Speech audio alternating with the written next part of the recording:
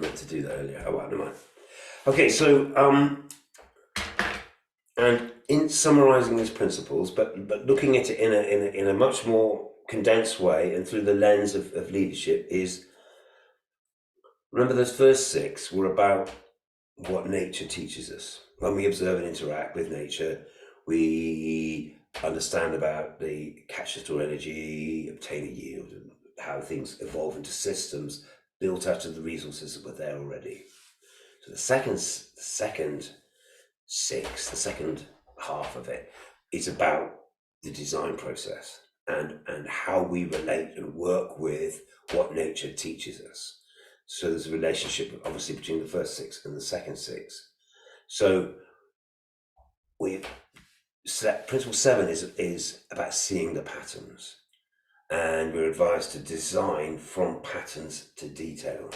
So we want to start by taking a big picture overview. We want to you get lost with the details. The details will sort themselves out later. What are the key elements, and make sure those key elements are in the right place. Once those things are there, the details will kind of fall into place and can be jiggled around a little bit. So this is about design. This is about intention. This is about getting the key elements in the right place. And once you've done that, it will start to flow. We're told again is the natural state is abundance. The sunshine is flooding in. All life on our earth is driven by that energy source. So we only need to arrange key elements in the right place, and the system will grow and become abundant again. That's what nature has taught us in every detail that we've observed.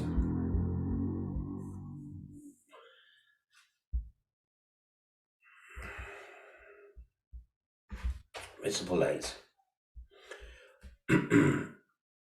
Integrate, don't segregate.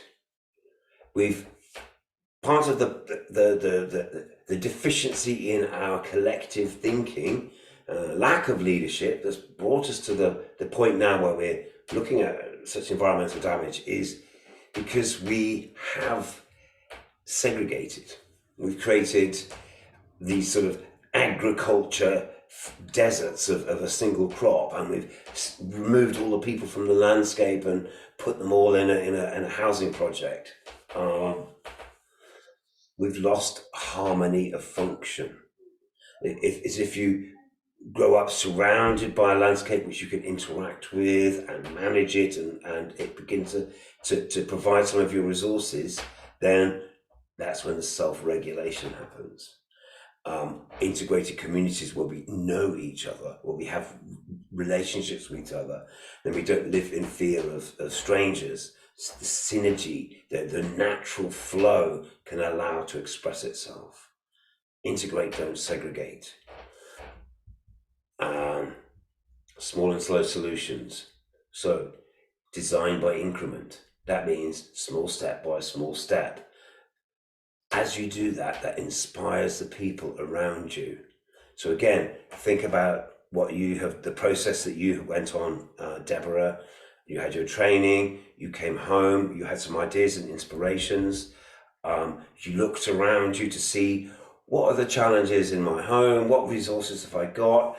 What are my priorities? And you started to come up with a plan, and you started to fit that plan in and around your life in a way in which you created your first kitchen garden, your seed bed, your Lorena stove, your banana circle, is little step by little step.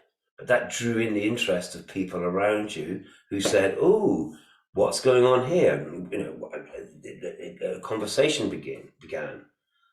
Then the fourth step is to allow your design to grow at its own pace, to present its own evolution, rather than forcing it in a direction, is see how it flowers. And it's been so interesting to see how, again, the work that we've seen in Teso, how that's interacted with other villages and other communities, and then we've seen a knock-on effect and a flowering. And that process will go on and on, Deborah, and I want to use this lecture for us all to share our learning really and the perspectives that we've gained from this. Each one of us in our work, in our small way. Principle 10, we're reminded, is about diversity, a diversity of crops, a diversity of yields, social inclusion, a diversity of people. And we're reminded in many different ways, diversity leads to stability. Diversity of people can contribute in different ways, come from different perspectives, have different skills. And in everything that we do, we're encouraged to move away from the monoculture, from the single yield, from the reliance on one thing. We want to, by integrating and segregating through our small and slow solutions, we can create a diversity of connections across our community, and then access to all sorts of different resources, and the possibility for us to collaborate more in more complex ways. So this is the bit that we've got to use edges and value the marginal. We're reminded that change comes from edges, and change also, it looks for leadership. It looks for design and planning. Things are moving around. Can we place key elements in the right place? And we've been challenged to reevaluate our goals, re-understand the challenges that we're facing, reevaluate the resources that we have around us. Principle 12, creatively use and respond to change. Change is inevitable. So, and if you like, we exist on the edge of change, because conditions are always moving, but they're moving quickly now. So we've got to use these opportunities in a creative way. Okay, so there's the fact that change is inevitable. We can't fight against that, but there's also the pace of change. It is if we have these climate events or economic events, or things that change will happen quite quickly, or what strategies can we put into place to slow that the rate of change, depending on what it is that we're looking at, so that we have to move with the inevitability of change, but we don't have to just give in to it. We can work with it, but we need to understand the rate at which that change might come about. So change is always challenging, but it always creates opportunity. There's always something that can flourish on the other side of the tsunami, of the thing that grows back.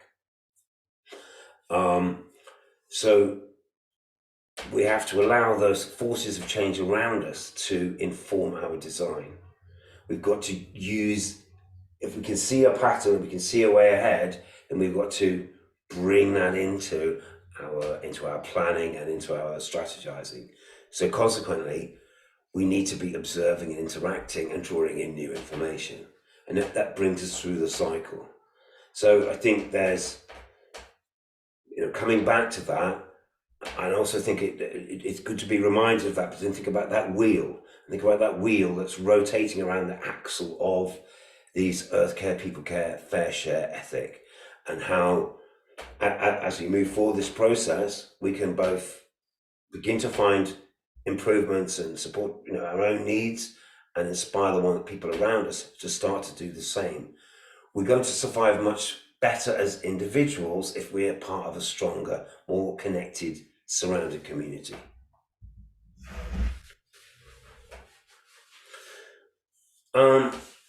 I pulled this slide out of a lecture. I should have got a reference for it, but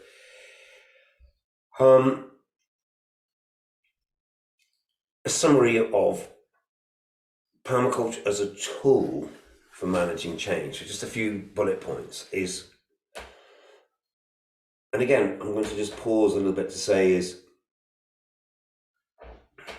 this is the way I see it, is because we're hitting these barriers, the sort of physical barriers to GDP growth, to climate problem, deforestation, and soil erosion, is we've got to flip. The problem is the solution. So the problem is kind of the way that we understand the world, the way the global mindset, not the First Nation viewpoint, not this isn't like but clearly the driving economic force that's shaping our world is that collective investment in that process, because many of us, are invested in against our will even, it has to be inverted, and it's going to take something very powerful to do that. And I think that the only way that will happen by a kind of a global awakening to understanding that this pendulum has to switch back now into a regenerative phase, a regenerative, healing, reconnective phase. And the strength of permaculture is it's profoundly simple. It's 3 ethics and 12 principles. You can articulate it and define it in really quite a simple way, but it's holistic. It touches on every aspect of life, and it's based on higher values. The ethical testing questions within it give it a steering system. It gives us a way to self-regulate. So ecology based is based in the reality of how the ecology of a planet functions, which gives us holistic designs and management systems which we can apply to anything. Potentially, permaculture is an accessible collective endeavor. That means anyone who wants can join, because it isn't that difficult, and you can feel part of it. There are training programs, there's all these resources, there's projects, there's a million ways into permaculture. You just have to look up, and there it is. Permaculture is open to ongoing co-evolutionary change and improvements that benefit all.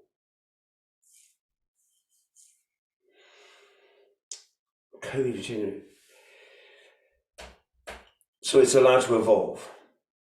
And we need a system that isn't a straitjacket. We need something that can evolve, and we can communicate it very rapidly, and it can evolve without losing its original shape, because it's defined by these ethics, the axle that holds it together.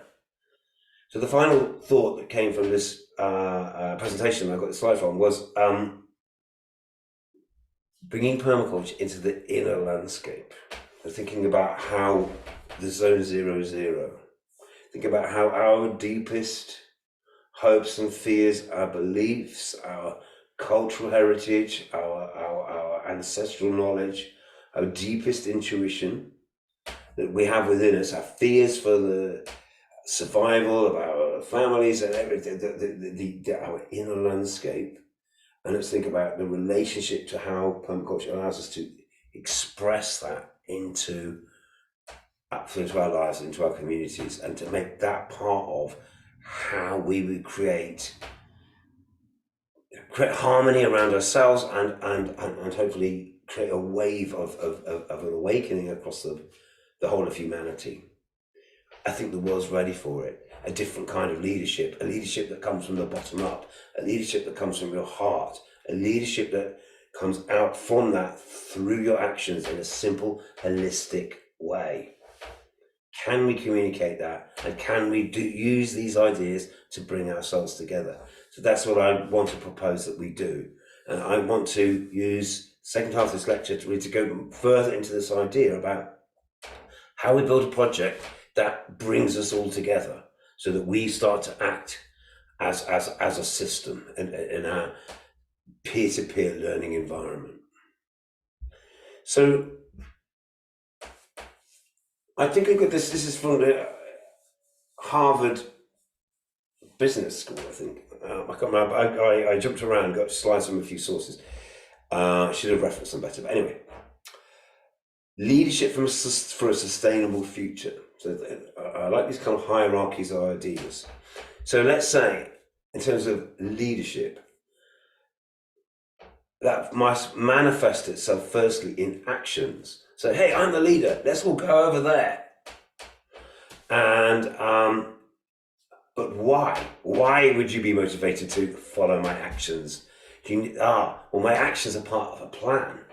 So for people to understand the command, hey, go over there, do this, do that, they need to understand how that action fits into a wider plan.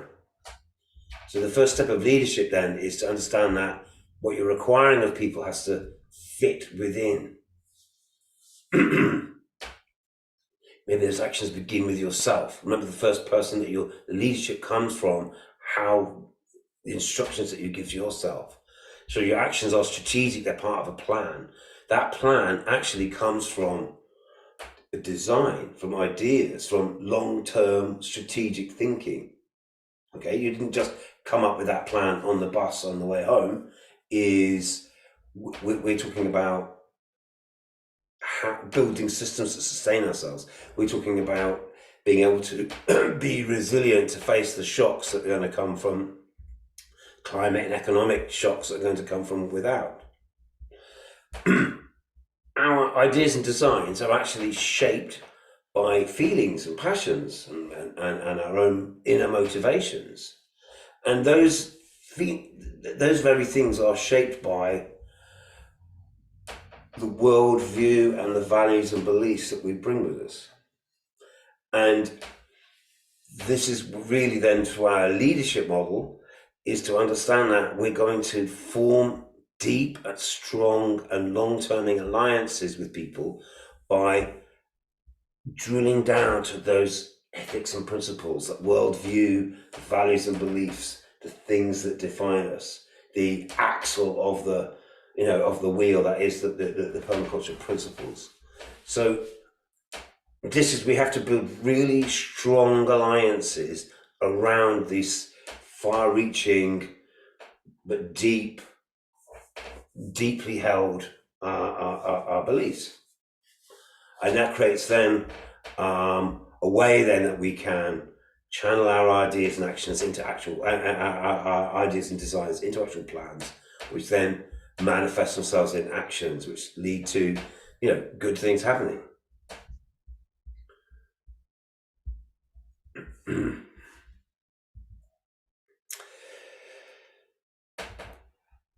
So, leadership for a sustainable future.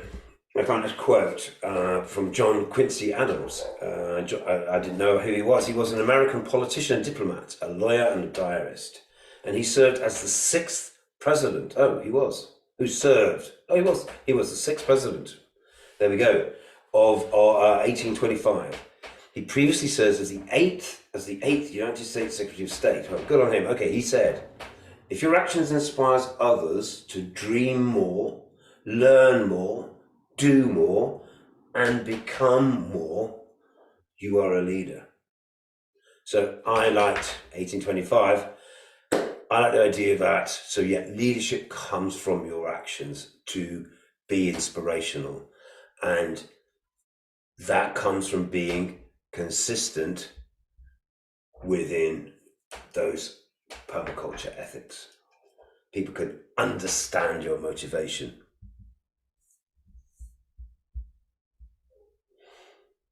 So we're talking about change, leadership at a time of crisis, leadership from edges.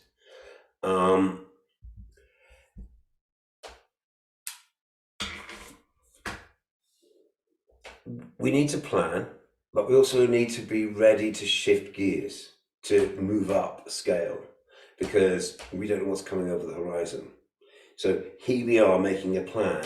We've been through this whole permaculture learning process. Many of us have got involved in our own projects. And I guess what I'm inviting us now is to, with our academy ambition, is let's think about how we can accelerate permaculture learning. This is again, researching around and is in the face of a crisis, quick action can keep a crisis from escalating into a disaster. What do we do as we face increasing challenges? Try and make quick action. and we try and head off a bad situation getting worse. Although you won't have all the information or resources you need, it's imperative to act quickly and deliberately. Work with your team to assess the situation, gather input, and formulate a plan. So look, there's a crisis, there's a weather event, everything's washed away, or there's an energy problem, there's something happens. We have to take a quick assessment of the situation, and we won't have all the information, but it's important to begin action and to work with the team to assess the situation and build a plan. So you can think about that as individually, how we might act as a family or a community or within work, or depending on the context that we're in and the nature of the crisis. So what permaculture teaches about leadership.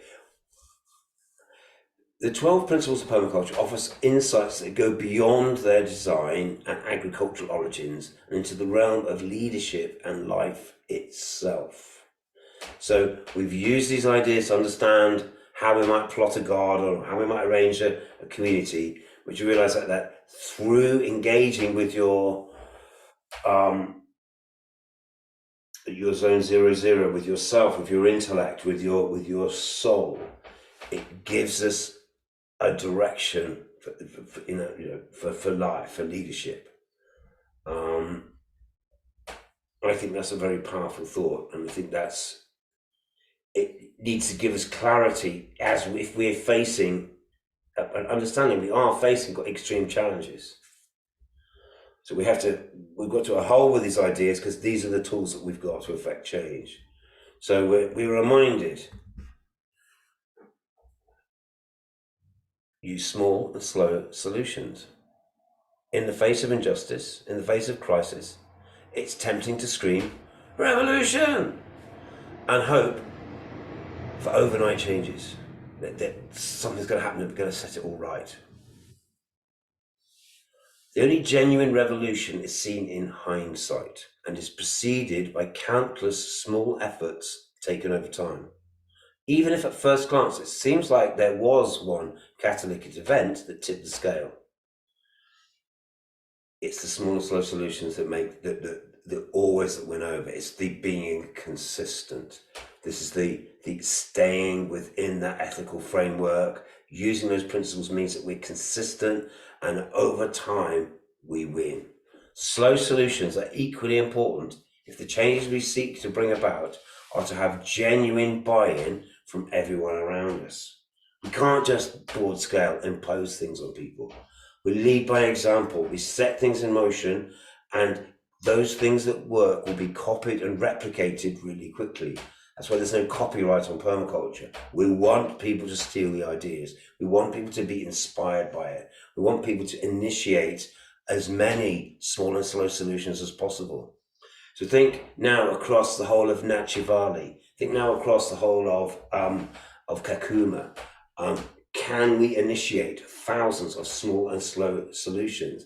Can we make many individuals feel empowered to express leadership in that environment by taking a degree of control over themselves and looking to organize resources around them strategically so they can begin to capture, store energy, develop yields, and use those yields to construct systems that become regenerative?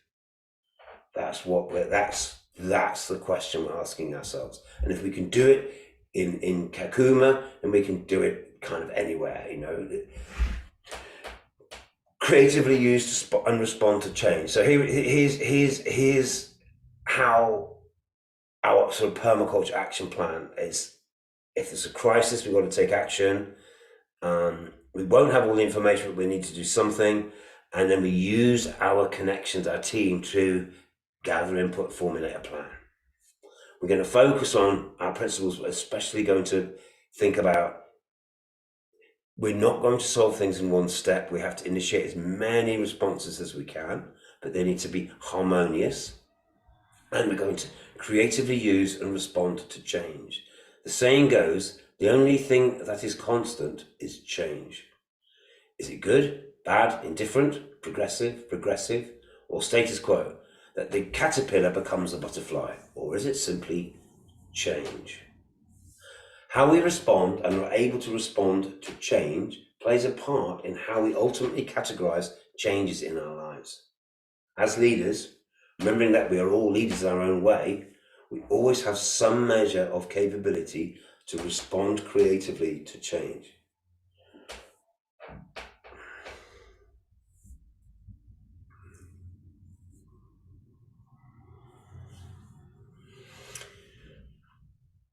So, as a summary of ideas pulled out of a permaculture lecture, which I will reference on the website, about using permaculture ideas to think about our relationship to change.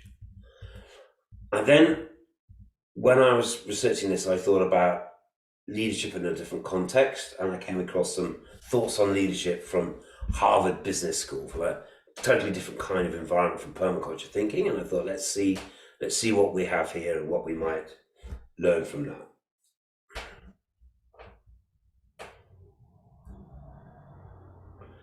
As a leader, dealing with change, with challenge, is advice. First set of advice is around communication.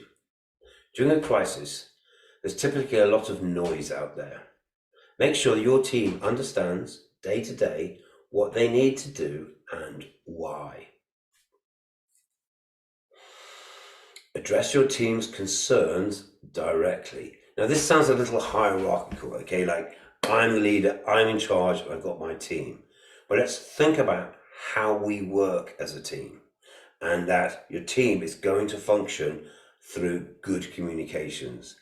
And that's going to be the responsibility of you as a team to focus on the key things. Address concerns directly. Don't contribute to the background noise. You know, we all had COVID. We had the lockdown happen. It was a crisis.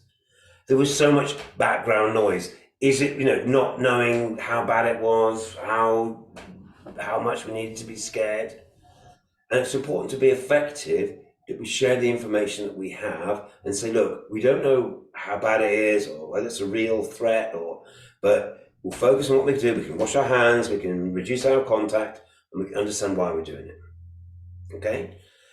People will have concerns. We need to talk about and address those concerns. Don't add to the background noise by sugarcoating or amplifying the situation. We don't need to make it worse. If there's difficult news, just be honest about it. And again, as we enter the climate crisis, we're going to be confronted with difficult things. We're going to have to be frank and honest about that.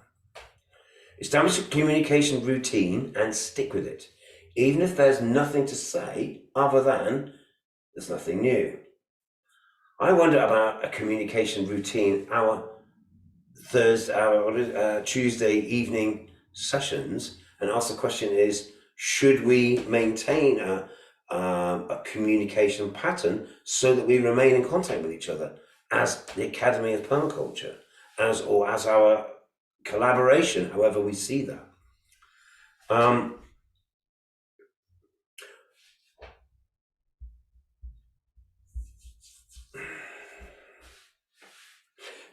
When communicating, let's celebrate progress, communicate progress, even if it's only minor, but we don't want to create despair, and we want people to feel empowered to contribute. Communication should be two-way. Listen to what your team is saying and not saying. The information that you pick up could surprise you. So we're trying to get away from top-down Harvard Business School thinking, but we can see at the heart of what they're saying is this is about good communication. This is about everybody listening to each other properly. This is about not sugarcoating information or contributing to misinformation. It's about remaining focused. Lead with compassion. This is not a time to move away from our kindness and caring, even if your brains nudge us in that direction. I can tell you, as the economic crisis has intensified in the United Kingdom, the government is using every tactic to make us want to blame each other for the problem, where the divide and rule is really coming in strong. And it can be easy drawn into that blame culture. This is not a time to move away from kindness. One thing that the coronavirus pandemic has shown us is that the crisis is mentally, emotionally, and physically draining. So each day, as you weigh your priorities and decisions, take the needs of others into consideration. Lead with compassion. Be on the lookout for burnout in your team and in yourself. Take steps to protect against it. So if we lead as individuals in supportive teams with a mutual compassion from each other, we can tell where the burnout is, where the stresses might come.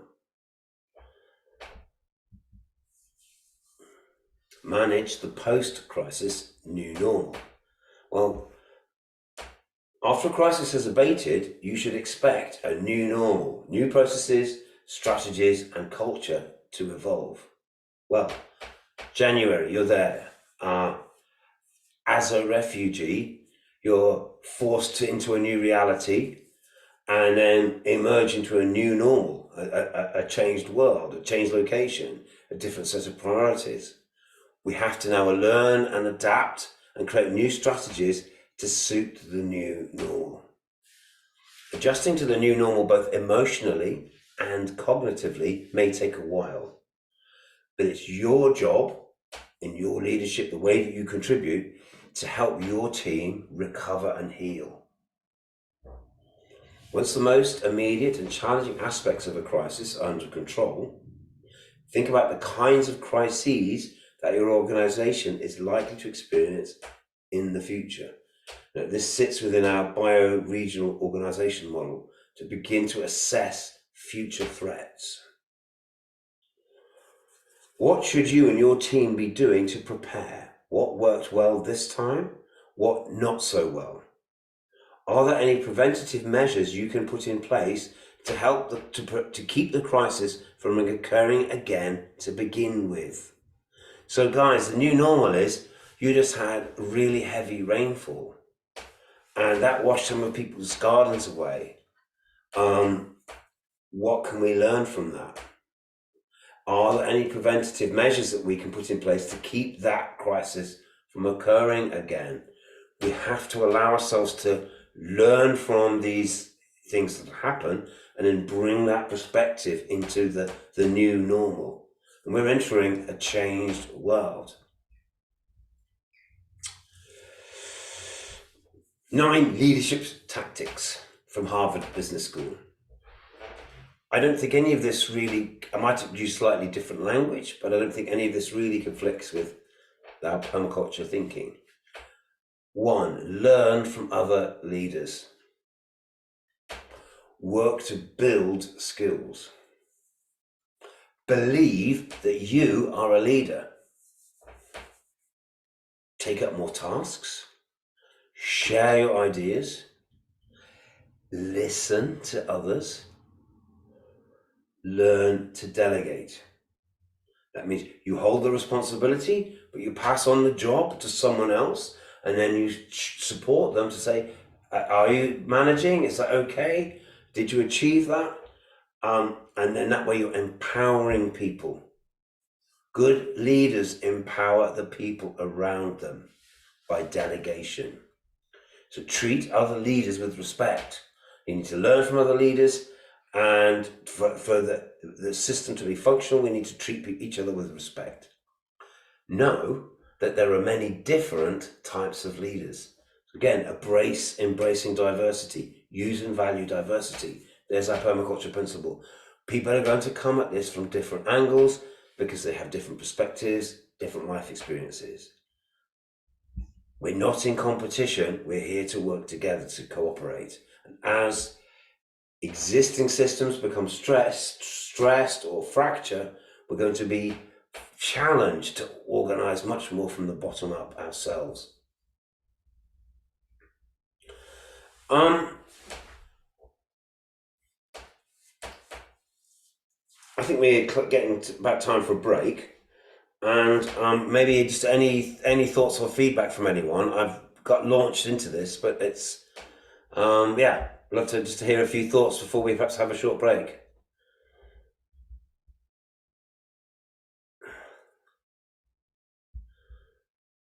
Okay, yeah. It's really interesting. And as I said before, the network kicked me out. Something strange happened and I got kicked out.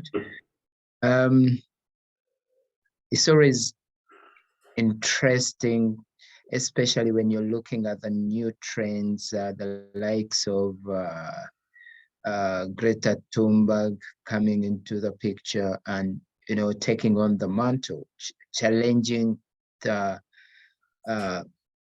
those huge giants we would think about. And surprisingly, they are not even, you know, scared of whatever the consequences, because they know what they are defending or what they are standing for. It reminds us that either you stand for something or you fall for everything, or you fall, or you actually fall for nothing. So it's always interesting. Caroline has put in something that delegation is where I have challenges, especially because people do not like volunteering, as I volunteer and even use my resources. Yes, and the first step to volunteering, or the first step to delegation, is making sure that whoever you're delegating to buys into your idea, that they have nearly the same wavelength or the same vibrations, call them, or the same vision with you. Otherwise, where there is any mismatch, you're likely to get such challenges. But also, it would be good to sort of initially, before people getting to the level of delegation or to the level of having them take on your vision, to give them probably mentorship or guidance peer-to-peer. And it's from those that you see that are most active or most in line with your vision, that you can start thinking of delegating. Or even they would be so much willing to volunteer in any case, because then they have the vision. They are looking beyond the money. They're not chasing about only the money. They are looking beyond, just as you're doing. Over to you, Steve. But anyway, one other thing I've also learned from, if you can read about the setup of the Extinction Rebellion, it was really interesting. And it was one of the ways in which you saw sort of decentralized leadership by virtue of the activities that were going on, and then the volatility that was involved, because at any point a leader could be arrested as they would go out demonstrating. But then instantly within the line, another person would take on the leadership, or even without necessarily being told that you are the one next.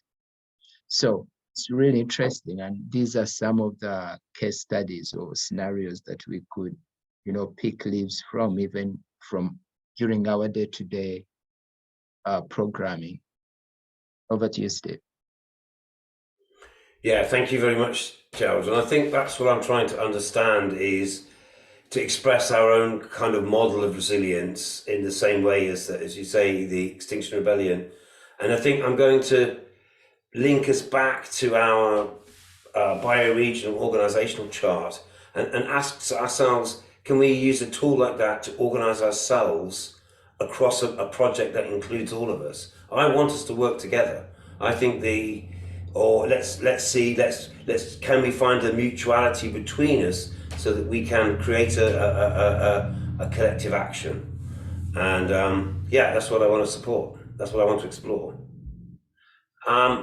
Yeah, any other contributions before we just have a short break? You're all very welcome. Okay, well let's just pause for I'll be back at 5 past. I just need a couple of minutes and we'll pick up from there, but I'll see you in a few minutes. Mixed cropping. They've done mixed cropping in their gardens, but they told me that earlier on they used to do like monocropping, but now they have a lot of crops in the garden. So you'll find that one garden is having over 10 and more variety of things. So they really have a lot in their gardens. They have a lot. Already they are harvesting, yet others are still down. And then I was so much inspired by the way they integrated the potato planting. It's something I'd never thought of before. They have the potatoes in the same garden with other plants like maize and so on. So these potatoes, the potato vines, act as cover plants. So amazing. Like, they really have a lot to share. And they've also done more of water harvesting directly to the hole. Like, they have dug holes where they harvest this water and they use it in a long run. Really so nice. Yeah, there is a lot. So I expect to learn more tomorrow again. Sure.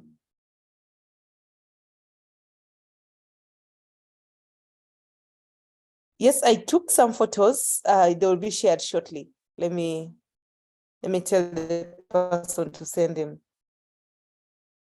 I'll share with you guys. I'll put some photos. Thank you. On today's page. Thank you, Stella. That's so it's so good to hear that, and it's such a tortuous bus journey. So you got there, and so this is the example really of what we're doing is supporting the spread of that knowledge and one person inspiring another, and learning from each other as we go.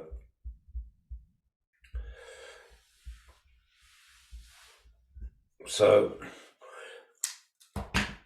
I'm also excited to see how these ideas are translating in different contexts. And so if we're moving towards thinking about how do we initiate demonstration and training hubs to really flower and take root in Nacha Valley, at Kakuma, and then from anywhere else, is let's think about that process and think about that demonstrate, educate, replicate process. Okay, I'm going to jump back to the presentation.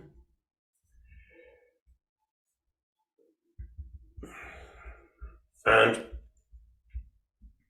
this is another presentation on YouTube that I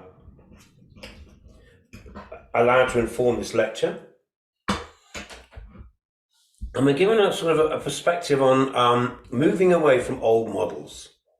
That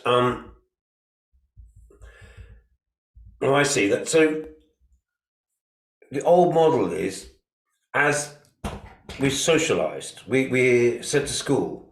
How we behave is defined by the dominant culture around us. We're not challenged to learn for ourselves, to observe and interact, to learn from our own experience. Our world is defined for us by the religion, the politics, the economy, the society, the educational environment, the work environment that we're in. The old model is to focus on problems. And we create social institutions that exclude people. You have to be a member, you have to join, you have to be clever enough, you have to pay a subscription, you have to have the right connections to join. We need to move away from these models. We don't want to create exclusive societies or to define things by their problems. We want to define things by their solution. Can we create a new model that is not about socializing people, imposing ideas on them, but enabling them? Enabling those people to create, to define, and define the problems, create their own solutions, and initiate responses. Instead of focusing on problems, can we focus on the design, the redesign that then solves that problem, addresses that problem, resolves that, creates new possibilities? Instead of creating exclusive social institutions, schools we have to pay for, things that we have to have a membership for, can we create participatory social institutions? We want to create things that people can join and allow them to come and be part of, which enables them to problem solve and redesign, to create new possibilities. So as permaculture leaders, we want to move away from these traditional old models. Behavior is imposed. We want to enable people. Look, here's these amazing permaculture tools. You go away and see what you can create with them. And together, we will create social institutions, that's clubs, that's membership, associations, anything, so that we can share that experience and support each other. This is our new model. This is what we're working towards.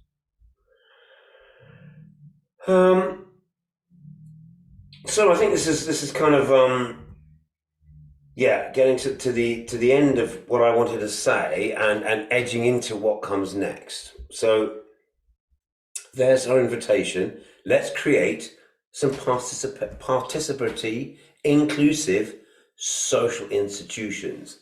That's our academy. That's your Tapa project. That's your Nachi Valley permaculture project. And think about how these can operate at different scales, local and global. So I want us to work together.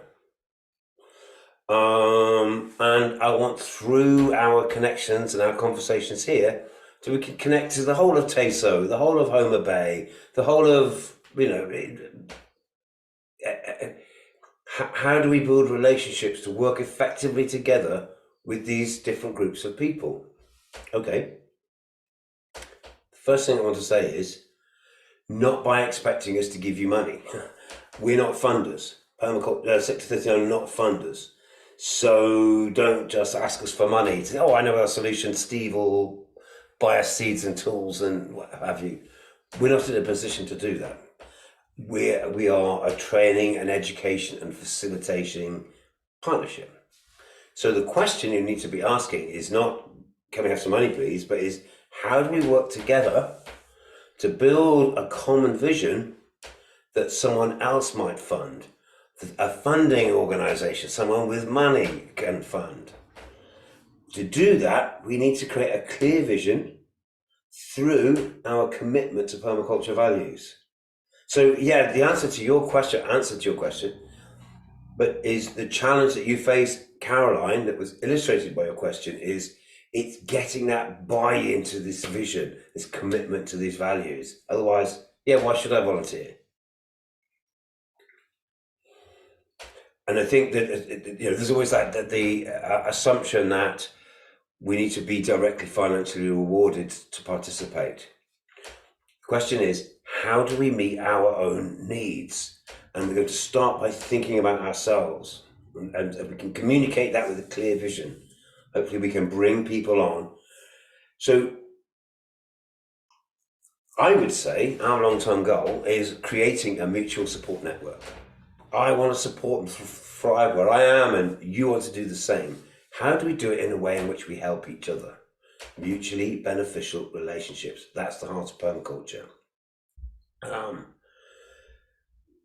Measurable outputs that meet needs.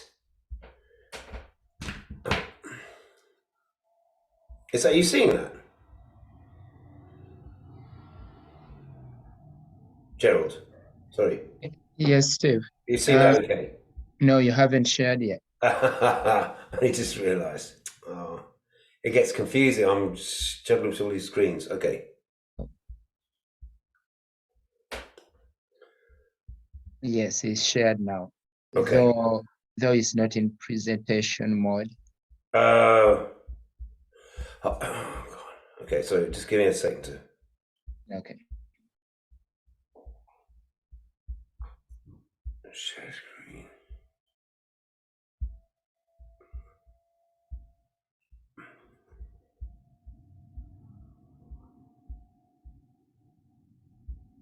You can simply do the presentation mode down at the bottom. Yeah. Right-hand corner. Oh, that's it. Can you see it now? Yes. Let's go to the first slide. Yeah. Okay, sorry. It's because I'm juggling between two screens and I get confused. So we've talked about permaculture as a tool for managing change. That's how we're going to come together, and that we're going to unite around this worldview and belief and our deep feelings and passions. And if we can connect with that level, then from there people can understand where they sit within the plan, and therefore they're motivated to do the actions. We went through this Harvard Business School. Okay, so sorry, I've been going through some scenes. So the old model of a socialized system, we've got the school, the community, the church, the job, define your values, focus on problems, and we have to join exclusive institutions to gain knowledge about how the system works. We don't want that. We're rejecting that. We want an enabling system. We want people to feel responsibility for themselves, ability to learn, to see not problems, but the chance to resolve those problems. And we're going to resolve those problems by having social institutions that support us. Credit unions and cooperatives and educational and support enabling institutions that take away the barriers to our progress. And I think easy to say, hard to do. But as leaders, we have to motivate the people around us. So I've got to the point when at the end to say, how are we going to work together? And that's our invitation, and that's what I want us to do. And my first reminder was, we've had bits of resources in the past. We've been able to help people in small ways, but we're not funders.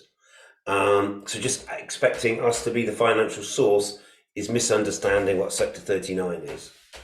But what we can do is we can work together to build a common vision that I think could attract funding. And I told you last week about looking at this United Nations refugee program bid that we could perhaps think about applying to that. If we can have a clear vision around our commitment to these permaculture values. And I was just saying, I think our long-term goal is to create a mutual support network.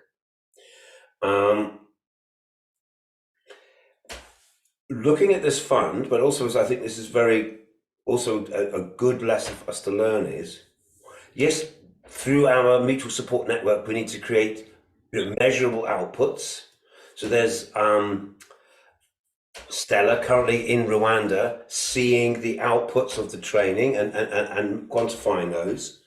But what's so important is those outputs, the result of the training and the support, were defined by the stakeholder group, by the people that we're trying to reach out and support. So it's you guys in Nachi Valley, it's you guys in in Rwanda, it's you guys in Kakuma, the leading edge, that you define what your needs are, and the network gives you the support and the tools to fulfill that. Our network needs to be able to learn and evolve quickly. I am seeing nothing less than a transformation of our society and our economy through permaculture. And I honestly believe the leadership, the energy, the dynamism that will make this happen will not come from the top. It will not come from the leaders. It will not come from the big corporations. It will not even come from the big NGOs. It will come from you. By leading through your own actions and understanding that if we can network and if we can allow ourselves to embrace the new and changing reality, we can create a transformation. So your primary goal is to work from yourself and create to meet your own needs, but to understand that we're part of a global shift. That's, I think, is the vision of permaculture. That's what Bill Mollison had in mind when he started the design course. Is he's realized, oh gosh, we're going to have to spread these ideas very quickly. We don't have as long as perhaps we thought we have. And that's the position that we're now in. So I'm asking the question, if you want to come and join us, be part of this Sector 39 network, your own autonomous organization, but through ideas and mutuality, we can feel that we're part of something that's bigger. That's my, and then, you know, back to our bioregional organization is, this is quite a good, this to me offers such a sensible and ready thought out structure that we can begin to organize around. The food, buildings, livelihood, social support, health support, etc. That if we start our bioregional organization by us coming together at the academy, we are then go home, go back to where you are and begin your bioregional food support plan. What are you going to do in your location? What are you going to do in your location? Our conversation unfolds from that. Okay, I'll stop the share and love to hear any kind of thoughts. I'm pushing out to you guys. How do we work together to create momentum in the situation where you're in, and so that we create a network that can inform itself and evolve and grow? Gerald, would you like to take the chair for a moment? I'm just going to have a bit of my dinner. All right. Thanks, Steve. Yeah, sure. Members are welcome to contribute to, you know, give your thoughts.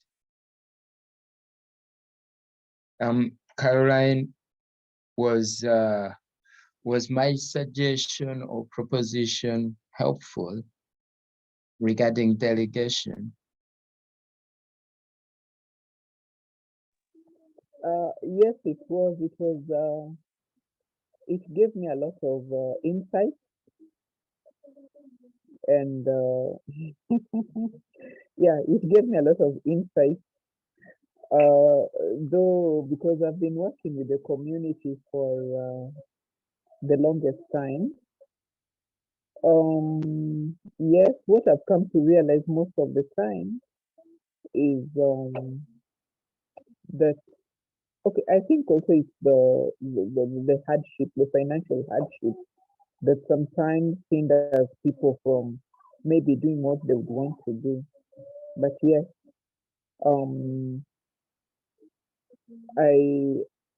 what I took away with me from your suggestion is that find a like-minded person and you will go a long way. Thank you. Then what we have just been discussing right now, how we can work together with Sector 39.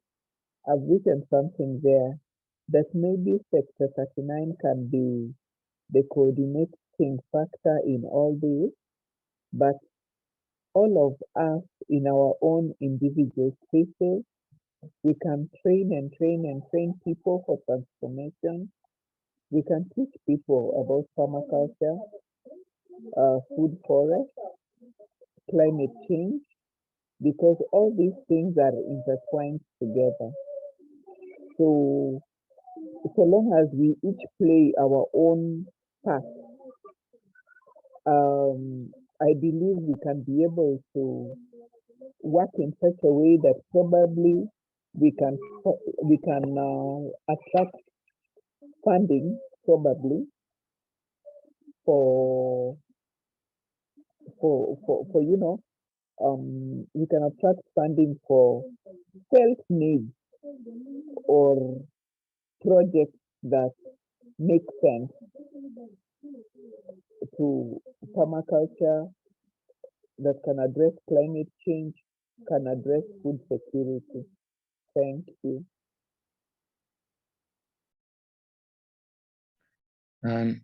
Thanks, Caroline. And yes, our commitment from our end as Sector 39 and the team is more on the capacity building, is more on empowerment. But then, as today's theme is, you're the leaders in your communities, in your societies, and you're taking on the mantles. We are in the background to support you to build the necessary capacity. And as our long-term vision for the Academy, to ensure that we equip you with the tools. By tools, we mean the knowledge, we mean maybe the, let's say, the links and connections to you to be able to take on that lead.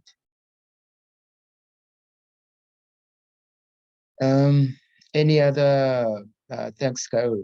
Any other points, any other comments or suggestions on both the leadership aspect and then also collaborations, collaborative working, especially with the Sector 39 or more specifically the Academy?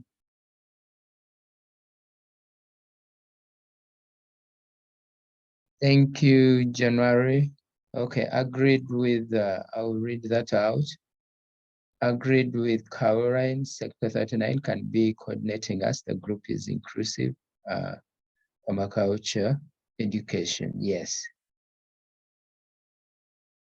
Inclusion is at the center of our work, and we make sure to incorporate all that we do train, yeah. Inclusion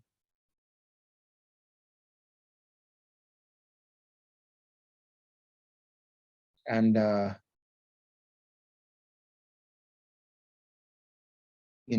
the other aspects. Sorry, I had a bit of distraction. Simon, Deborah. Okay, you're welcome, Deborah. Hello. Yes. Hello, everyone. Yes, Deborah.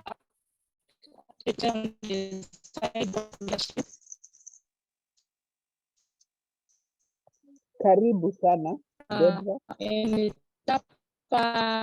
we find, yes, it is really challenging on my side, on the side of leadership.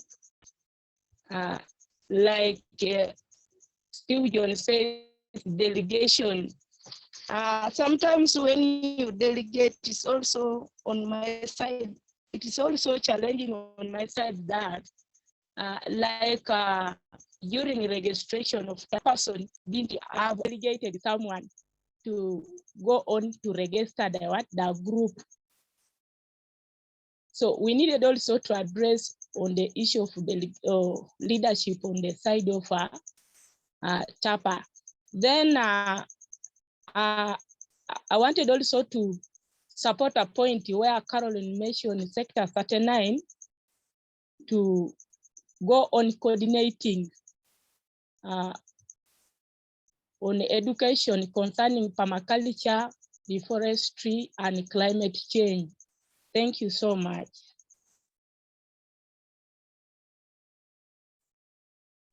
Yes. Hello. Yeah, yes, January, you're welcome. Thank you, Deborah, and welcome, Upale. Yes, yes. How are you, everyone? Fine, and you? I'm good. Yes. Yeah. I'd like to add for Madam Caroline what she was talking about. You know, as we are leaders and we are under education, we want to learn from Brother Steve, and we don't have any anything that we can share than to agree with Madam Caroline, because Sector 39 can be coordinating us, and each group can run or train their groups.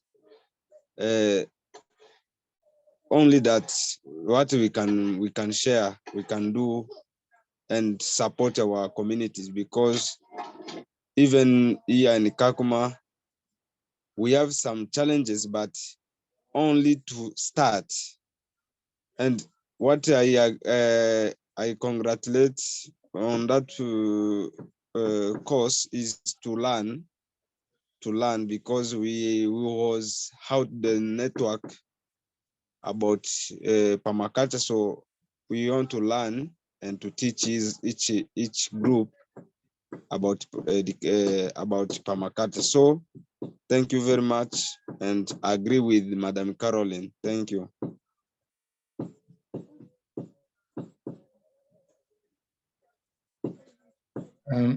Thanks so much, January. And as you mentioned, inclusivity is at the center of our work. Remember, Yes. integrate rather than segregate. If we are emphasizing that, so should it be in our day-to-day operations or relations or collaborations. Thank you. And if anyone else has any thoughts, Simon, Joseph, otherwise we'll be handing over to Steve to proceed with the next session. I'll kick in a couple of just thoughts, and then it's really open now for people to talk a bit more. Yeah, so at Sector 39, we can maintain, I think, a kind of an overview or a consistency of, that bottom layer that we had in the presentation, that these values, this long-term value set and commitment to permaculture, that's the thing that binds us together, okay? And that's our responsibility as people who share this planet together. But we have that as a unifying thing, but we initiate action within our own individual community. And so only you, Andre, know exactly the requirements and the challenges of your community. So we can't, Sector 39 is not going to impose a solution on you. This is what you have to do. You have to take the methodology and make that come alive in your community. And I'm thinking that the way to do this is by building teams of 3. And they call that a troika, but let's just say a team of three. Think of a three-legged stool. Think how the stability comes. And one of the reasons that the milkmaid would sit on a three-legged stool is it's always level, even on unlevel ground. So it's stable, even on unlevel ground. So that's quite a good metaphor. So think about how we might build teams of three that then build more teams of three, and how we could populate a system around us so that we begin to affect change on a wider sphere. So Andre or January or Deborah, or I mean, anybody, let's think about how we, so firstly, it's an individual choice. We have to go, I want to do something. I'm going to take responsibility. That's the point at which the design process begins, and which leadership through personal action begins, and which your commitment to, the more I can stay within the earth care, people care, fair share ethic, then now my journey of permaculture is beginning. So maybe our first objective is to form a cooperative. Let's support this key function. You know, you're important. You're there. You know, Carolyn, Deborah, you're important. Your work that you're doing is important. Let's build a little support structure around you. That first three. Let me say I'm going to try and share screen again without getting lost. Share screen.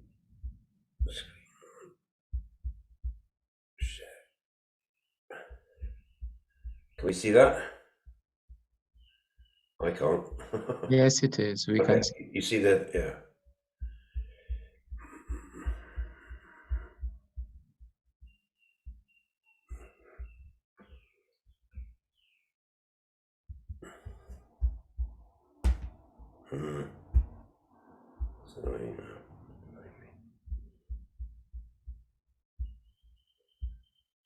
Sorry, it's got the same problem again.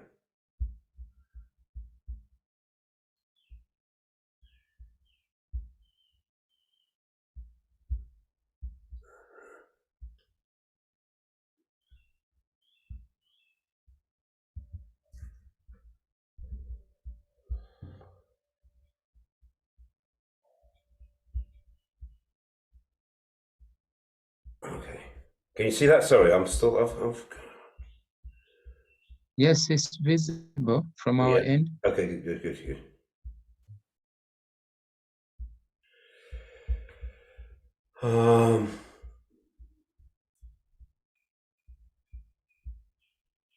That's it. That's it.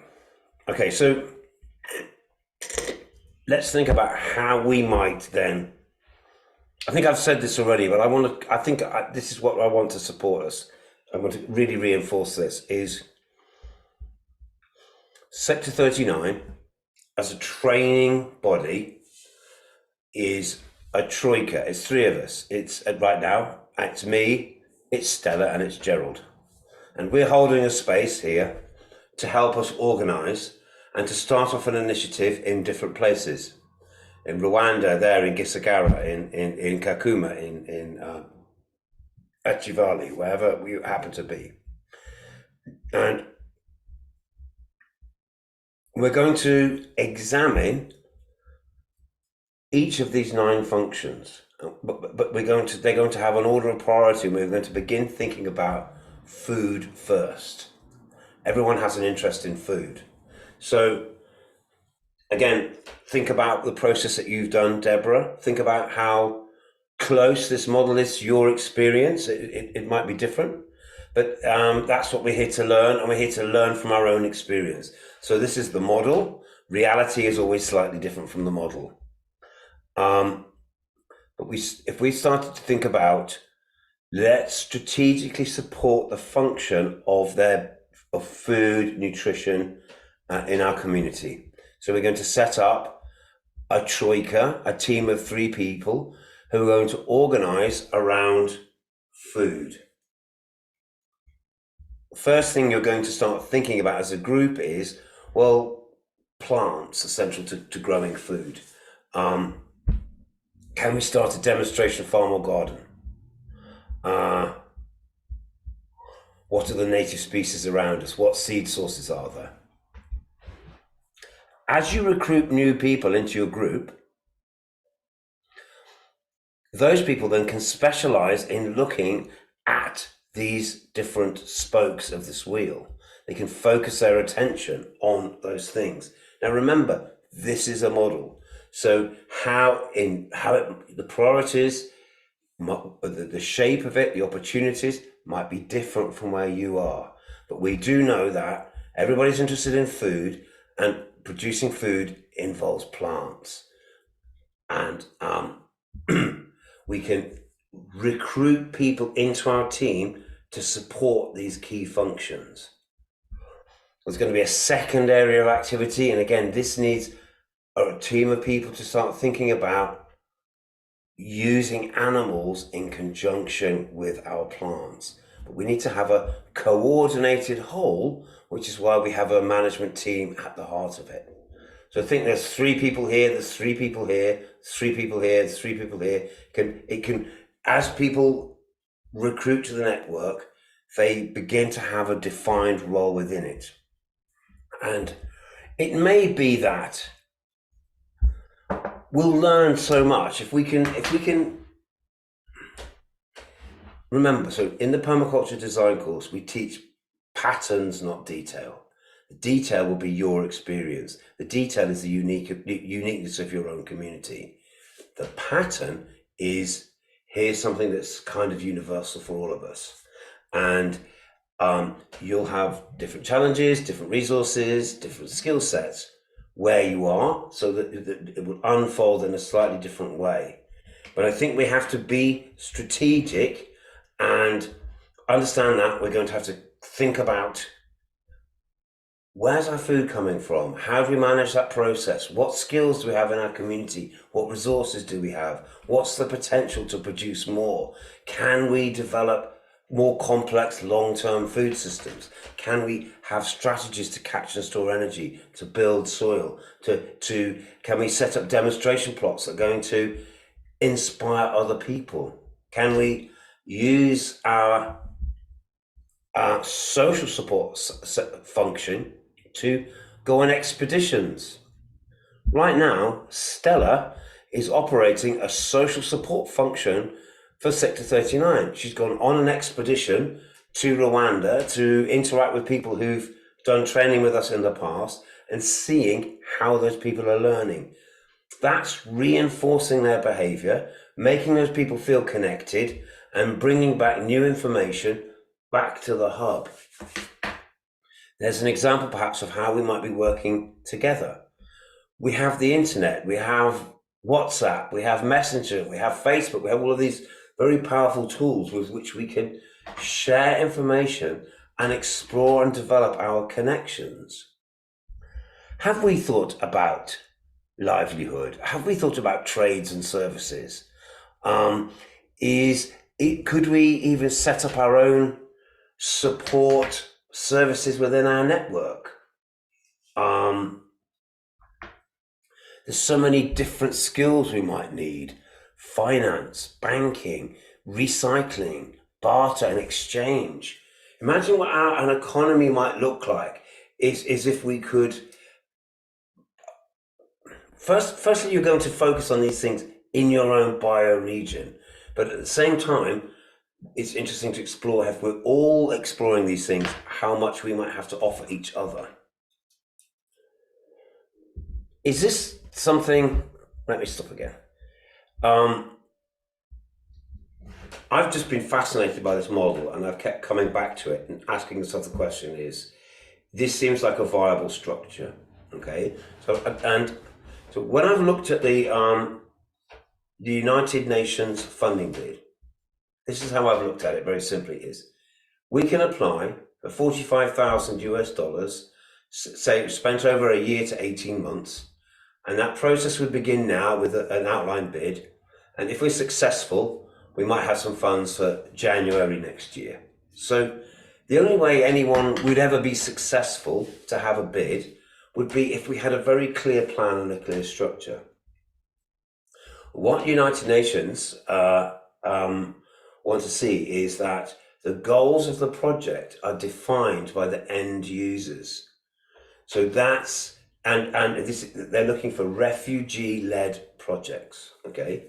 So let's think about how, and I talked about this last week, is the objectives of the project need to be defined, and if we're going to have a group from Nachi Valley and a group from Kakuma, the final outcome, the shape of that, and the priorities of that needs to be defined by those groups of people, okay? But that's going to be supported by education and training that we can offer through the collective experience of the Sector 39 network.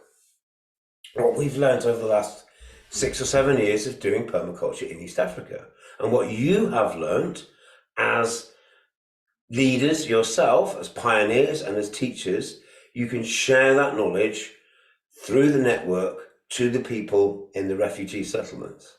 And at the hub of that is Sector 39 to try and maintain a consistency and a process of that.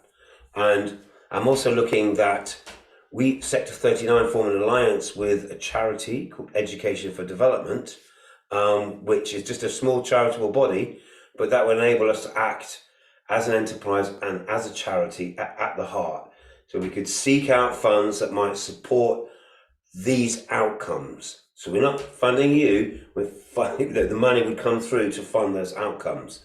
And if we could create a learning hub in Kakuma, a learning hub in Nachi Valley, and then that would create training opportunities to draw in people from Teso, from Butambala, from Permo Africa, and to use those skills and knowledge that we have. And then it needs a coordinating function to hold that together. And that's what I'm proposing, that Gerald, myself and Stella would try and hold that together.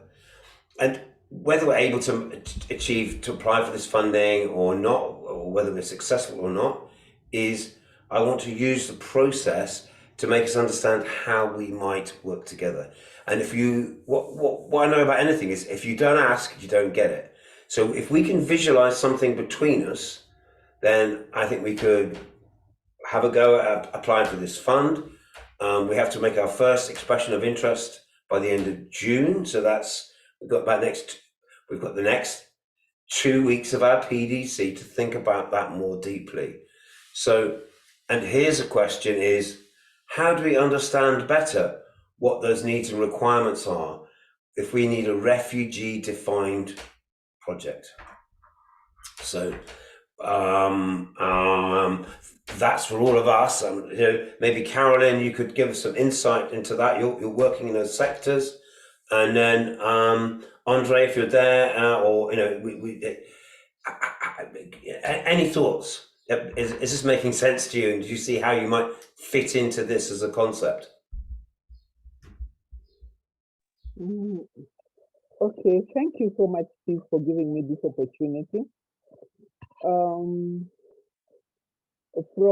the little experience that I've had in the maybe 1.5 years that I've been doing permaculture, I've really loved the fact that we can have a small village economy whereby you can almost produce most of the things that you use, We even learned how to make soap in Nachi Valley. And my take is that if the women mostly, because my focus is on women empowerment, if the women could be taught how to grow most of their food on their gardens, their food forest, their fruits, they have all kinds of things that will take care of their food and nutrition needs. Then I was thinking, right now, anybody who's in Kenya will bear me witness.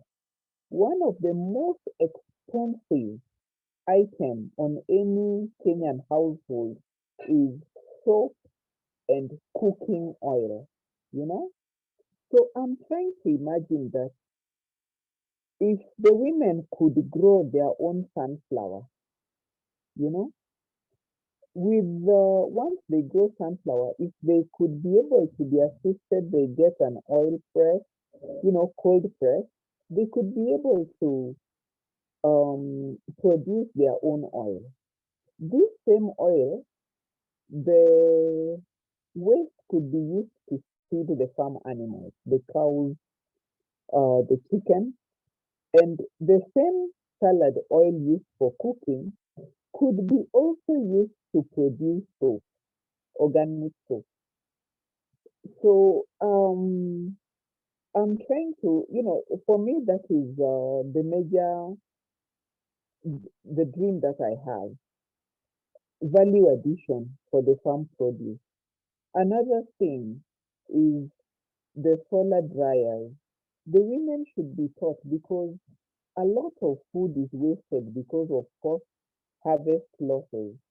If the women could be empowered in such a way that in periods of plenty, they are able to process, dry their fruit, dry their vegetables, pack them very well, so that when that particular season for that product is not there, they have some dried and stored for use. So for me, that is my vision, or that is my passion. That is where I would like to go with the permaculture training. After production, what next? Can we be able to empower these women to be self-sufficient, to have small village economies, as opposed to these expensive things that are being produced large-scale in factories, being trucked all over from Mombasa to the villages down here, so that there can be small, we used to call them what? Village production centers, cottage industry. Yes, we can have small cottage industries run by the women from their produce on the farm. Thank you.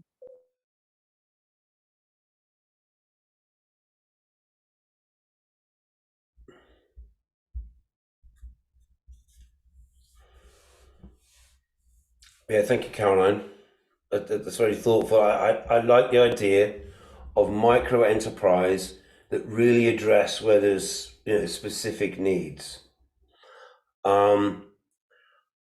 Always to worry, to think about preventing monoculture.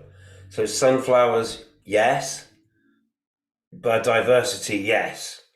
Other kinds of, I don't know, but I really, I think it's that being strategic, isn't it? And also seeing that what's the highest value things that we can create from local natural resources that takes the least amount of investment. But being very strategic so that it addresses needs. And I think that's exactly what I was just reading the fund again, the criteria, and I'm just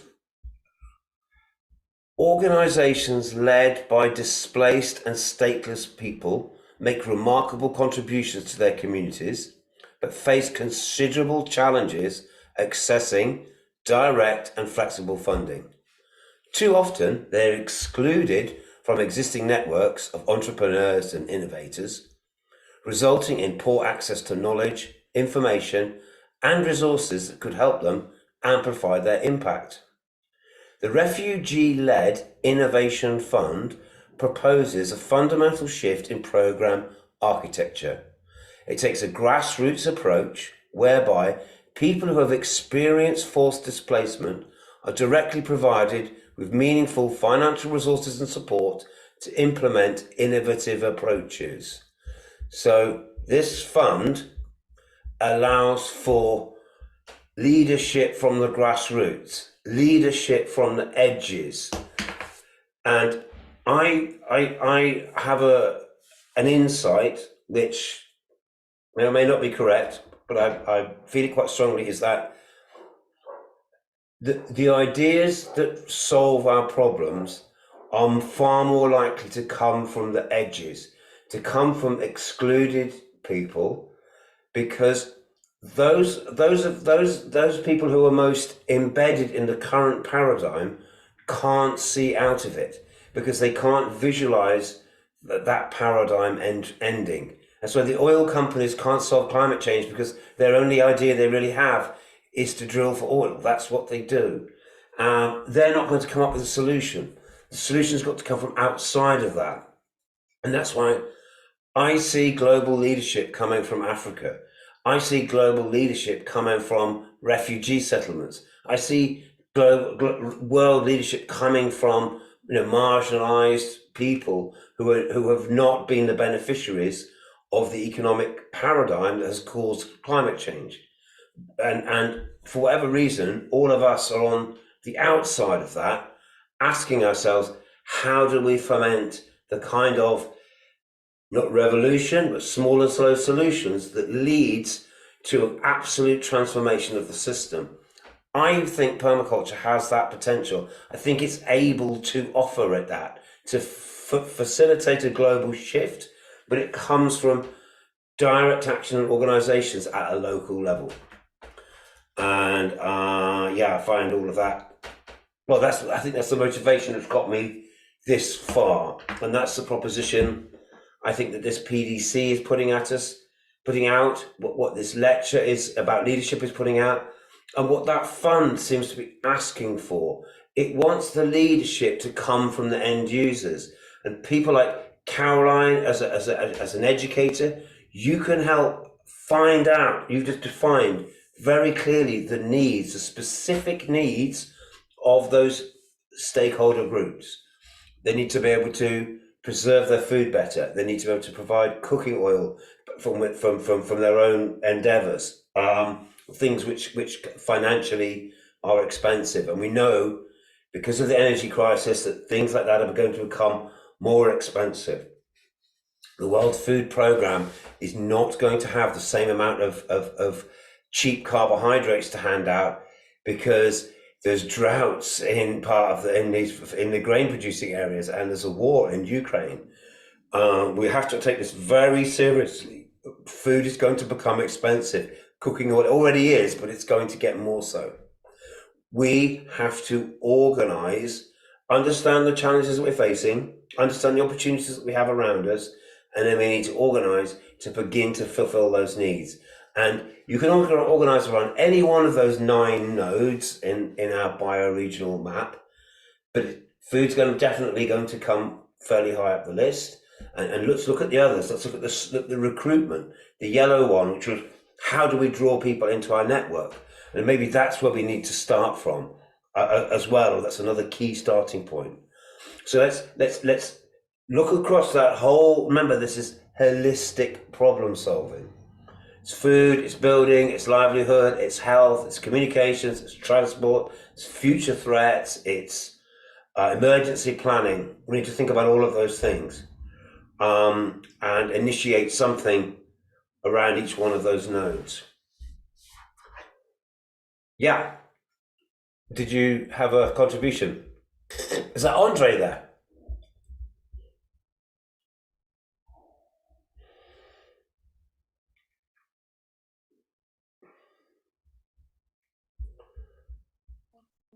Anyone else with any thoughts on that theme, or am I going off on a tangent? I think we're in agreement about this idea. I'll be looking to remember. It's got to be led by the end users, so I can't force this on anybody, but we're offering to support you to move towards this objective. So I feel I have a buy-in from Caroline and Andre. Anyone else? Joseph, would you like to contribute anything? I know you arrived late, so maybe you don't know what we're talking about, but we'd love to hear from you.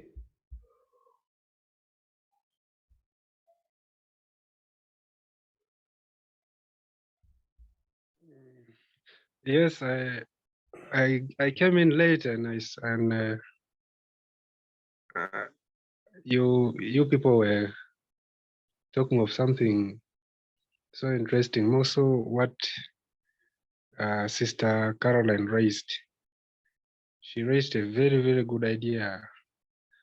What she is intending is very good because you know, for us here in Uganda, mostly in upcountry, women are like, they are left to be like the heads of the family. So in most cases, when you come this side of upcountry here in Uganda, you find that women are the heads, as some men are just there because most people this side, some of them are uneducated, and most of them are just there boozing, you know, taking alcohol. You find someone has like over 5 kids, some even 10. The person has nothing. There is no job. So what he only does is to go there and take alcohol, and you see women are really suffering with all these kids. That's why you see that most of the people here in our country, they even have a challenge to attain education because of those things. So what she's raising is a very good idea, and I really support it. Thank you. Yes, I have to add something there if it is possible. Yeah, what I can add on that is it is happening here in Kagoma.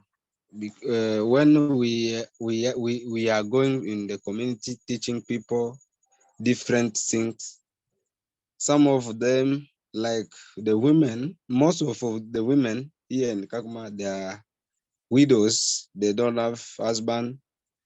So maybe she had or almost 5 kids or 7. So when we teach them about permaculture, they are starting cultivating their home garden, so maybe they can get food and vegetables. So the importance of permaculture here in Kakuma is to help those vulnerable children or women so that maybe they can be self-resilient. So to add on that point, even the women need support here in Kakuma or in even host community, because here we have those Kenyans. They are usually the women are usually going in the community searching in which way they can get food, and their husband rest in their home. So they are suffering. So maybe if we could have some group of women whereby we are going to go doing a round bin, maybe we are doing that activity, it can help our refugees and host community, because most of people here, they are suffering, very suffering. So that's I would like to add on that point. Here in Kakuma, they are very, very poor people, very, very widows, women. Maybe they can even support, they need support only.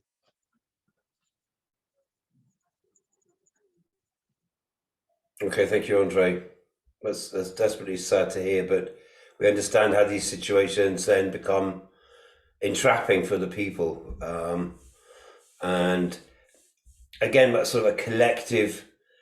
So actually, you're giving a very good example then about the end user defining the need. And I think through your understanding and connection, and through Caroline, we can begin to define perhaps the end goals of this project, because it has to be, they want it to be refugee led. So, and obviously it needs to speak directly to those needs and to support those individual women who are going to be, the focal points that we build the structure, or that network begins to form around.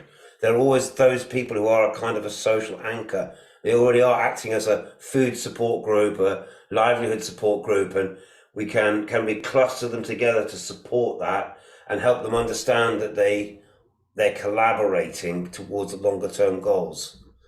But gosh, I understand it's a very, very challenging situation, and that's great work that you're doing. Simon, you've had your hand up. Yes, thank you for this wonderful opportunity. Now, to me, much of the emphasis that we have to put on majorly on food production and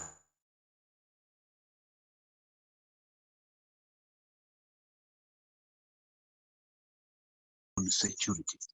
Women are majorly left suffering in their families as people who are producing food which is supposed to be consumed by every member in the family. So we as teachers and learners of permaculture, I really bring it to back of my mind that some of these skills and the principles should be impacted to women, because when you come to this side of East Africa and Africa's right, much of the women are left to do much of the domestication work at their homes. They are the ones to produce food which is consumed. They are the ones to provide labor force in terms of food production, which is really very tedious for a woman to do, but it becomes tricky and challenging to even the youth themselves. So much of this knowledge should be impacted to both women and the youth, because at a certain time, they will learn the skills that they will use to produce some crops or some cash crops that will help them to provide the basic needs that they need from both school for the youth who are still learning. Those ones, they will be in a position to acquire the skills that they will use to acquire some money through the knowledge of the permaculture and the skills and the values that we are to put into our communities. It will help them to fight against all what they need in their lives. Likewise to women. Women should also be impacted with much of these skills, such that as they are the major key people in families who are producing the food which is consumed by every member at a home, some of these skills should be given to them through us, the permaculture teachers. They should be given that skill. And then Caroline talked of how we can bring the aspect of drying food such that that food can be consumed in a long run in the time of scarcity. Yes, it is really true. Here in the eastern region of Uganda, when it comes to time of harvesting potatoes, much of the sweet potatoes, let me say, sweet potatoes are dried up.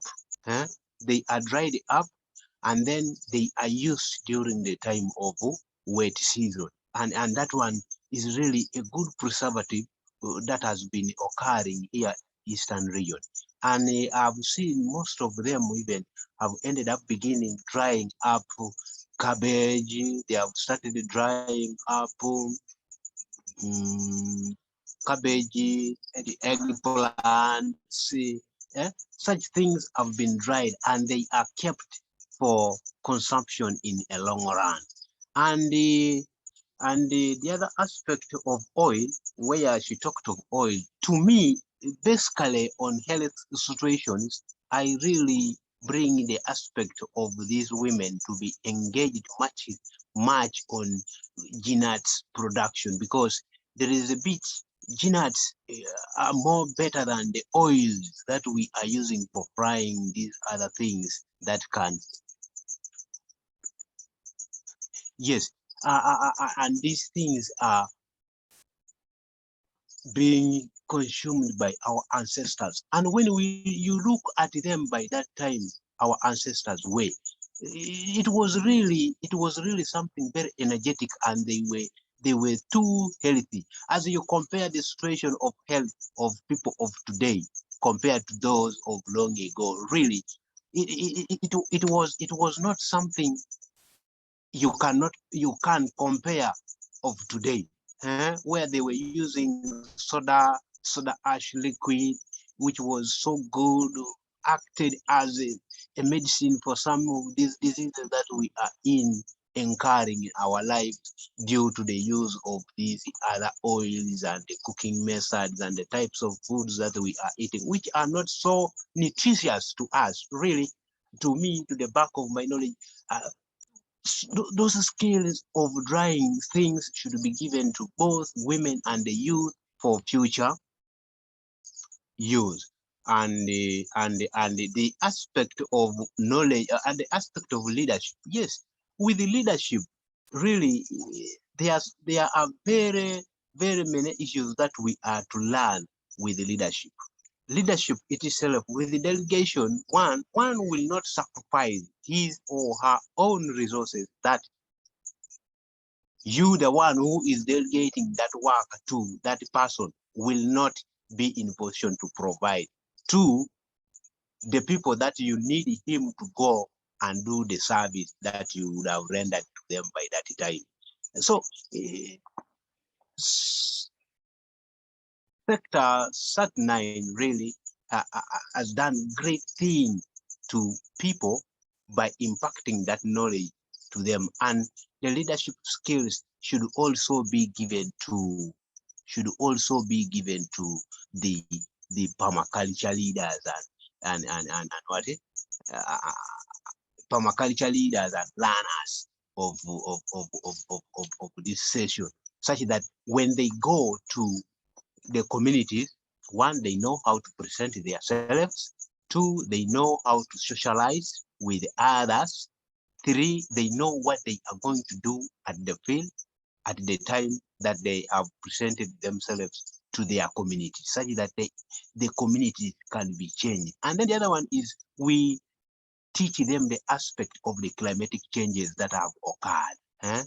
The climatic changes that have occurred. You see, rain pattern has changed as compared to the rain pattern of the ancestors that I used to hear. They say at this time you find rain is coming. At this time, rain has gone off. At this time, all the big trees that we used to see have been cut off because of the struggle for fuel, for domestication at home, So it is really embarrassing that we are seeing our climate has changed, and it has brought series of effects to us, both to our health, to our soil, to our crops. Very big challenge. Now I saw some message of how sweet potatoes are dried up. That one will remind me of the topic that I talked one time of the post-harvest handling processes that should be told to our mothers at home. Sweet potatoes have been brought from the garden. After they have been brought from the garden, they are peeled. After peeling, they are sliced into smaller pieces, and then they are spread on top of the tarpaulin for drying up during that time of under the sunshine during the time of dry season. And those sweet potatoes are the ones that we are using apparently as source of food for break. Others even use it for lunch, as well as to cassava. Even cassava, it is the same process, and our cassava has been exported to Rwanda. That is what they are consuming from Rwanda. It is the dried cassava from Eastern region and Uganda at large. So all those skills should be impacted to women as well as to the youth for their future use and for them to have the skill of micro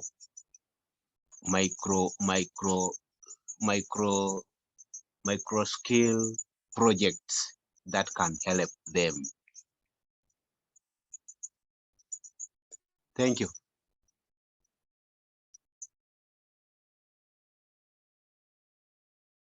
Thank you very much, Simon. Some very good points there. Caroline, please. You're welcome to go ahead. Okay, thank you. Thank you, Steve, for the opportunity. Now, Simon, you've given some very, very good insights, and I think I'll make an effort to visit you back there in the village. Now, Steve, when I talk about sunflower oil, I observed something some years back. I visited some part of Tanzania. You know, sunflower takes a very, very small space on the shamba. So what the people in Tanzania and their area, they do, they grow the sunflower along the edges of whatever, you know, paddock that they have grown their crop. So you find that along the paddock, separating one paddock from the other, they've grown the sunflower along the edges.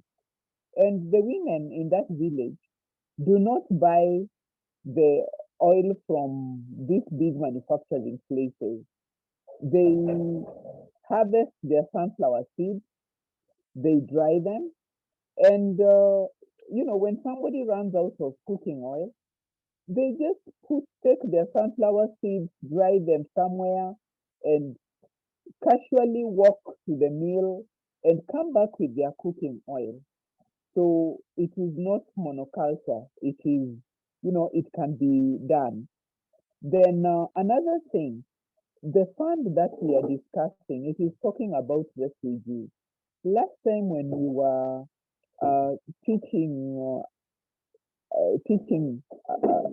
women about permaculture in Nakivale, I remember I had a session with the women which was entitled Opportunities for Women in Permaculture, you know, new opportunities for women.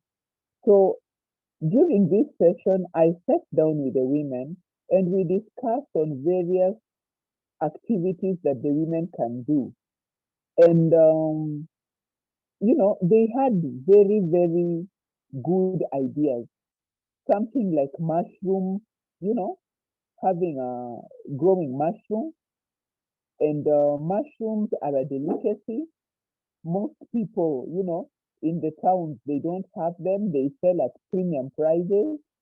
And I can imagine that it is not even, apart from the seed, mushroom production would not be so expensive down in a place like Nakivale, because what happens is that they would just build, you know, an adobe house, a mud house. They roof it using thatch, and they are good to go. So maybe I'll go through my notes or go through the report that I wrote, because they had some very, very good ideas based on their environment, on just some of the things that they could be able to do, you know, to alleviate the poverty that they're experiencing. Because down in the refugee settlement, I was there, and it is a bit sad because I was meeting graduates, a woman who has got a diploma in mechanical engineering. She has her papers, but because she's a refugee, she's just there wondering where her next meal is coming from. You know, there was also one I met, some young man who has a diploma in, I think, agriculture or something. But because you're a refugee, you're forced to stay there and those skills are not really being used. And you have to rely on handouts from the UN, and the handouts, would not last you even a week, you see. So we sat down with them and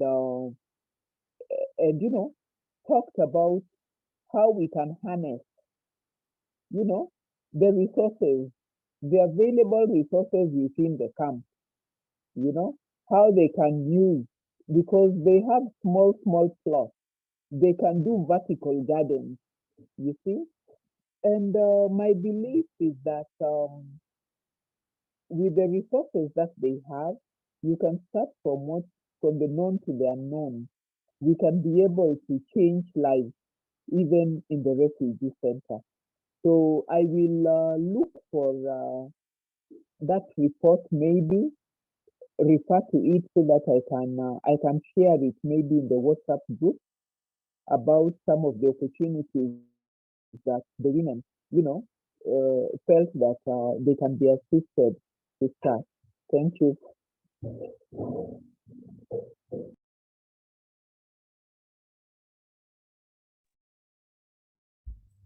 Okay, these are wonderful contributions that we're having, and it's exactly how perhaps we could start to conceive a project that is shaped by the refugee, shaped by that experience, and then that can filter back then into a program which we can directly support and fund those initiatives, because that's what this fund is about. So yeah, I really I was at a new hand, Simon. I'd wanted to put more emphasis on refugee camps. Okay, yeah. One of the philosophers said, "Go where people are. Go where people are. See what they have. Help them to help themselves." So majorly in those refugee camps, there is much of scarcity in food production, and most of those people are malnutritionalized due to that scarcity.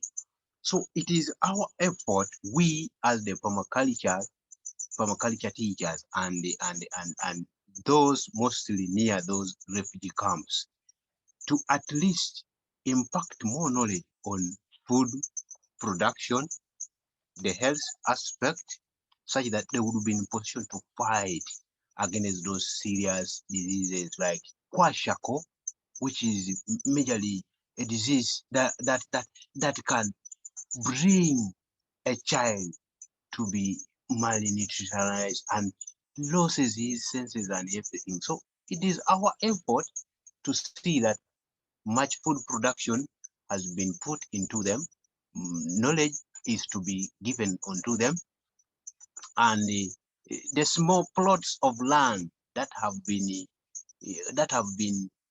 they have can really help them to produce something that they can use for the home consumption. Okay.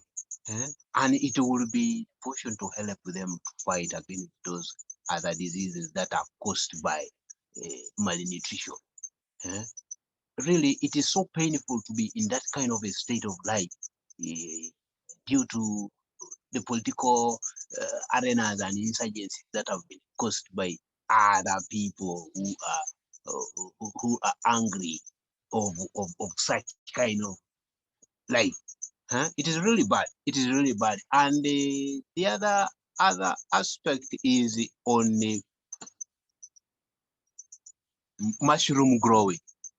Really, mushroom growing is something very nice and delicious to eat. But the question comes in is how to produce, where to get the media.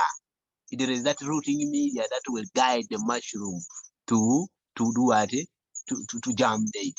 Even us here in Tapa, we have got that view to produce the mushroom. it is our inspiration that mushrooms should be even grown during dry time. And the knowledge is now required.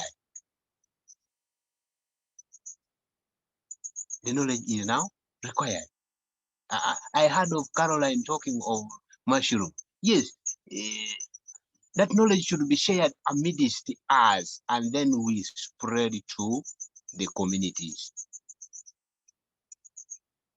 Some lectures on mushroom growing. I can do it. I can do it through the help of maybe Caroline also can bring it. I can make it on the lectures on mushroom growing, and then I tap on WhatsApp group, such that every leader of each group should get that skill, and then we put it into practice. But now, tomorrow, and I don't know where they can get the spawn. It is called a spawn. A spawn is the one that brings that mushroom. So that inspiration is good, except only we are waiting for some of those materials that are used locally to be harvested, and then mushroom growing will kick off from Tapa. Thank you. Thank you, Simon. And look, I think what you've said there, you've illustrated exactly how our network can function. Because you have the desire to grow mushrooms. Between us, we have the knowledge how to do that. And if we can establish our system, the one thing you don't have is the spawn. But once you do have it, you can then propagate from that. So there are many kinds of mushrooms. Actually, Steve. Yeah. Talking about that, Irene is really good at that. So probably one of those days we could link them up. Thank you for that, Gerald, and that's a great suggestion. And just in the last couple of minutes, I think what I'm thinking of, and I want to put this, I want us to use our design process for us to maybe work on this bid to look out. But also I'm wondering it's our educational process, and maybe our academy, we could, as we finish our PDC, we could have practical sessions and focus on a single thing like that each week, because that's not something we've done on this PDC so far. But it would be really nice to focus on a different thing and to create an ongoing dialogue around growing mushrooms. Again, it could happen in the WhatsApp group, but yeah, we've now explored this format, and we have now this as an idea of how we could share more practical sessions. So yeah, thank you for that. That's and to get these really specific priorities is really good. So we got something to focus on. Okay, we've got about 2 minutes left. So would anybody else like to contribute anything, or we can begin just to say goodbye for this week, and thank you very much for everybody's contribution. No contribution is too small or unimportant. It's just so great to see your faces there. Wow, what another amazing session! What a journey that we're on, and just to keep reaching out there and make people feel that they can be part of this process. And let's think about each of ourselves as leaders in our own way and our own style, and how we're trying to inspire and bring people into permaculture through our actions, and long may we continue. Thank you, Joseph. Thank you for your nice thoughts, and I look forward to seeing everybody next week, and we shall remain in touch. We have our WhatsApp group, and people are welcome to join into that. And yeah. Regarding the group, unfortunately, Deborah has dropped off, but simply, you can simply share the link